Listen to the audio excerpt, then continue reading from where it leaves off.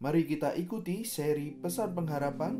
Subscribe dan like channel Pesan Pengharapan. Dan apabila Anda diberkati dalam pelayanan kami, bagikan link Pesan Pengharapan ini kepada rekan dan kerabat Anda. Terlebih dahulu, mari sama-sama persiapkan hati kita di dalam doa.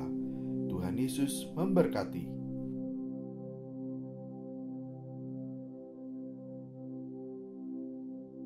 Bapa yang di surga, kembali kami akan belajar firman Tuhan di dalam seri Pesan Pengharapan ini.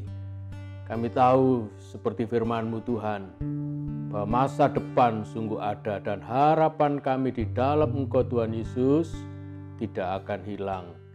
Karena Engkau begitu baik memelihara hidup kami Tuhan, menyediakan semua yang indah yang menjadi kebutuhan kami. Tuhan lebih tahu daripada kami sendiri. Terima kasih Tuhan, kami serahkan taburan firman ini dalam tangan-Mu. Di dalam nama Tuhan Yesus kami berdoa. Amin. Shalom putra-putri kerajaan surga yang disayang oleh Tuhan dan yang saya kasihi.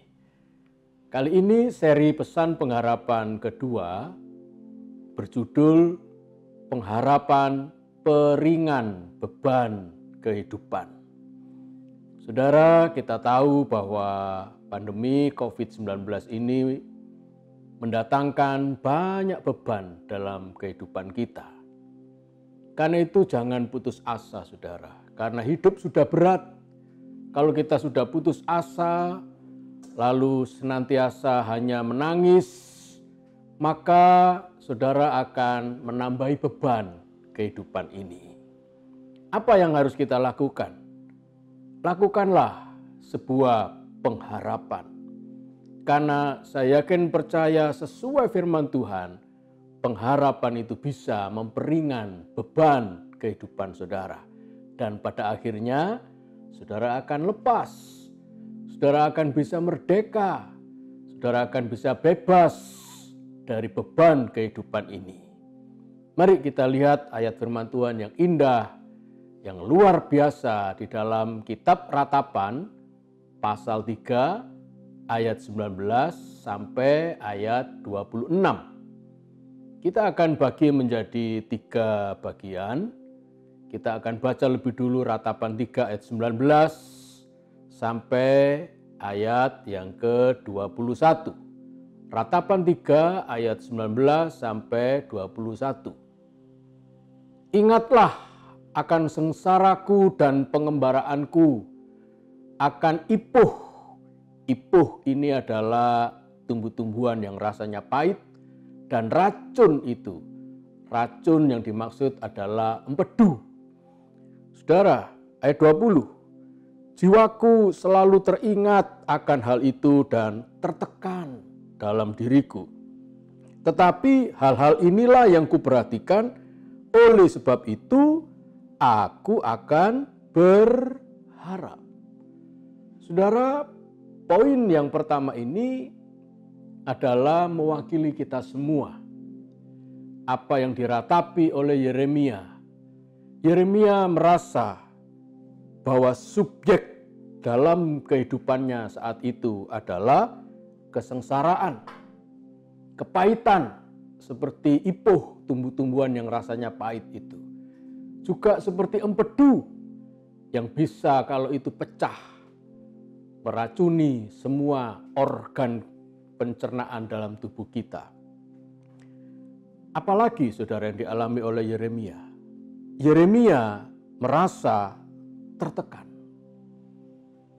Saudara yang dikasih oleh Tuhan, kitab Ratapan ini pasal 1 ayat 1 dalam naskah asli yang diterjemahkan ke dalam bahasa Yunani yaitu Septuaginta, yaitu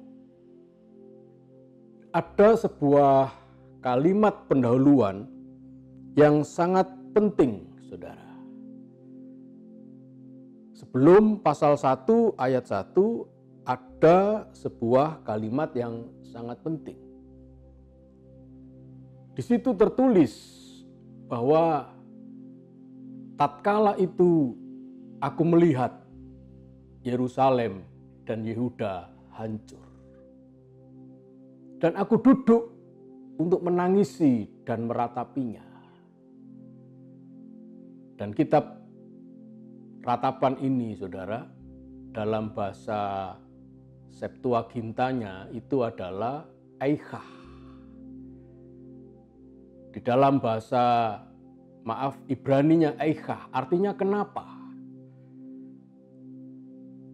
Seluruh kitab ratapan ini adalah sebuah pertanyaan dari Yeremia. Kenapa? Kenapa Yerusalem ini hancur? Kenapa orang-orang ini dibawa ke Babel? Dan dia adalah saksi mata. Tahun 586 sebelum Masehi, Yeremia menyaksikan bangsanya dibawa ke Babel. Sedangkan dia sendiri pada tahun depan juga ikut dibawa ke dalam sebuah perlindungan di Mesir. Dan menurut riwayatnya, Yeremia meninggal di sana. Kitab ratapan ini berisi kata-kata yang luar biasa dan puitis.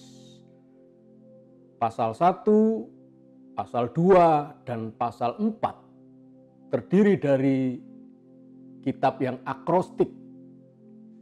Huruf-huruf abjad dari bahasa Ibrani yang berjumlah 22 itu ada di dalam setiap ayat dan secara urut.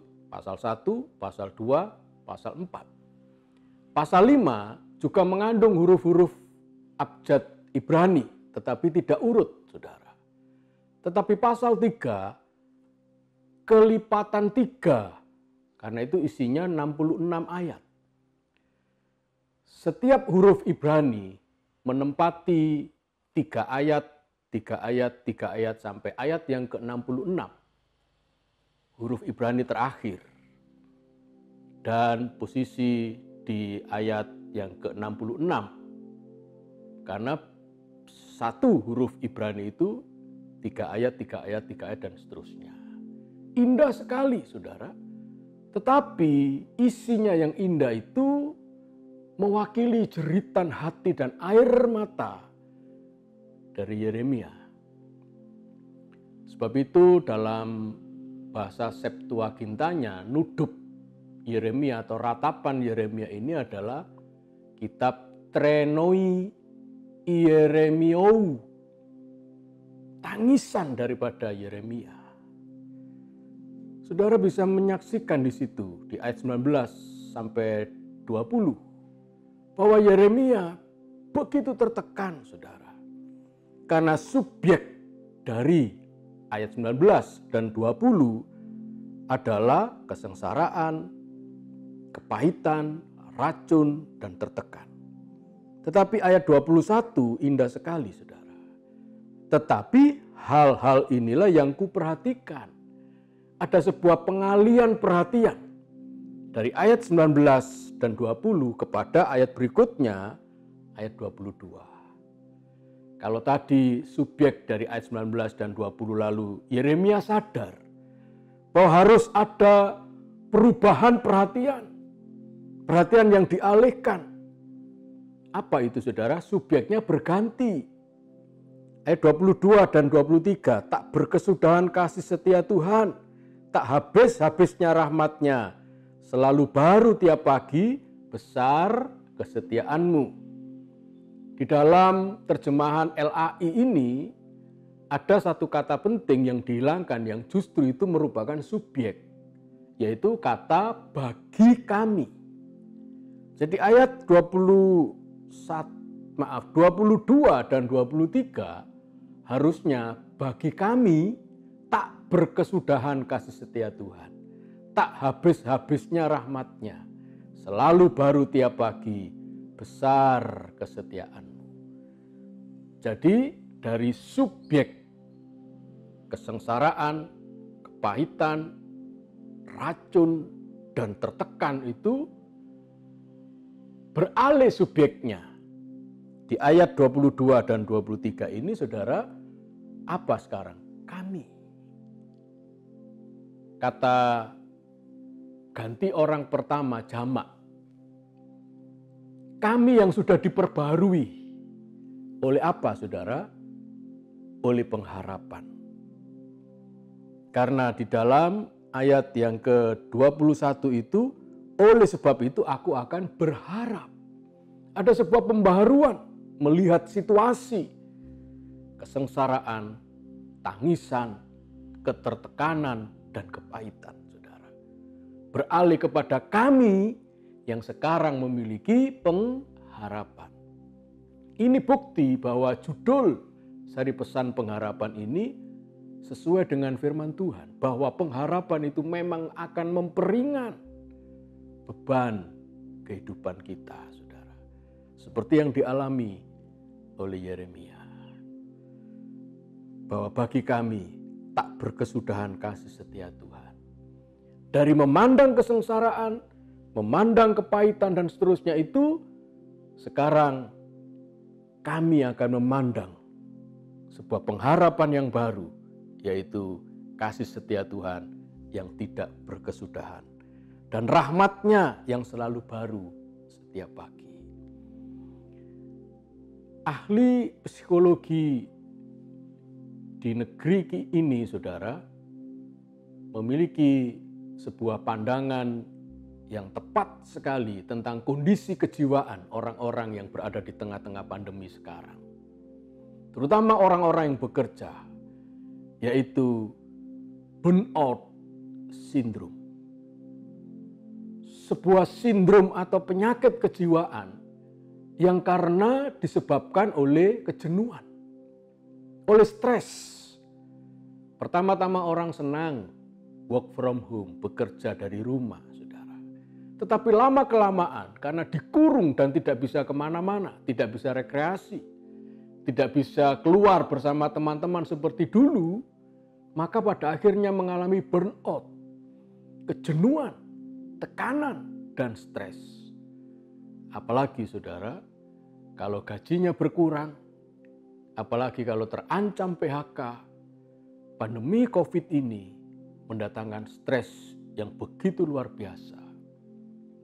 Bagaimana obatnya, saudara? Obatnya adalah pengharapan. Karena pengharapan itu bisa memperingan beban kehidupan kita. Apalagi pengharapan di dalam Tuhan. Bagi kami yang melihat sebuah pengharapan yang baru, yaitu kasih setia Tuhan yang tak berkesudahan dan rahmat-Nya yang selalu baru setiap pagi. Poin yang ketiga, ayat 24 sampai 26. Dari subjek kami yang punya pengharapan, subjek di ayat 24 sampai 26 adalah Tuhan. Tuhan adalah bagianku, kata jiwaku. Oleh sebab itu aku berharap kepadanya. Tuhan adalah baik bagi orang yang berharap kepadanya, bagi jiwa yang mencari Dia. Ayat 26. Adalah baik menanti dengan diam pertolongan Tuhan. Ada kata Tuhan, T besar, U besar, H besar, A besar, N besar, diulangi berturut-turut 3 kali, saudara. Artinya adalah subjek yang paling agung, yang paling mulia adalah Tuhan sendiri. Saudara yang dikasihi oleh Tuhan, mengakhiri pesan pengharapan ini, mari saudara kita ingat arti kata pengharapan yang ditulis dalam kitab Ratapan ini. Dan banyak juga kata-kata pengharapan bertaburan di sepanjang Alkitab kita. Artinya adalah satu, menantikan yang baik. Itu artinya pengharapan. Tetapi yang kedua, yang tidak kalah bagus artinya adalah mengumpulkan yang baik. Orang yang berharap pada Tuhan, yang menjadikan Tuhan itu subjek pegangan pengharapannya, dia akan mengumpulkan hal-hal yang baik yang datang dari Tuhan dan siap. Setelah dia mengumpulkan, dia akan menuai apa yang dikumpulkan itu dan menikmatinya sebagai sesuatu yang baru dalam hidupnya. Kita akan menyanyikan dari dasar ayat firman Tuhan yang sudah kita pelajari. Haleluya Yesus. Kasih Tuhan tak berkesudahan. Kasih Tuhan tak berkesudahan, tak habisnya rahmat-Nya, selalu baru setiap pagi, baru setiap pagi. Besar setiamu Tuhan, besar setiamu. Sekali lagi nyanyikan. Kasih Tuhan tak berkesudahan, tak habisnya rahmat-Nya,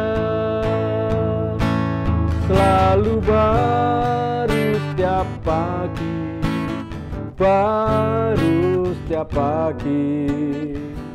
Besar setiamu Tuhan, besar setiamu. Terima kasih Tuhan, kami belajar bahwa hidup ini sudah berat, hidup ini sudah banyak sekali beban, maka kami tidak akan membebani diri kami sendiri dan menambah-nambahinya yang berat. Tapi kami mau memiliki pengharapan bahwa tak berkesudahan kasih setiamu Tuhan, dan rahmat-Mu itu selalu baru setiap pagi. Terima kasih Tuhan, bahkan kami akan menjadikan Engkau subjek pengharapan kami, bahwa Tuhan Engkau adalah baik dan bagian daripada jiwa kami, dan Engkaulah sumber pengharapan kami. Pengharapan tidak hanya menantikan yang baik dari Tuhan, tetapi kami sedang mengumpulkan apa yang baik itu, dan pada akhirnya kami akan menikmati yang indah dalam hidup kami sebagai hasil pengharapan kami. Terima kasih Tuhan, berkat daripada Bapa dan Putra yaitu Tuhan Yesus dan Allah Roh Kudus memberkati, menyertai, dan akan mendatangkan pengharapan dalam kehidupan kami mulai sekarang sampai selama-lamanya. Dalam nama Tuhan Yesus, mari yang percaya kita katakan amin. Haleluya. Saudara, tunggulah pesan pengharapan yang akan datang. Tuhan memberkati.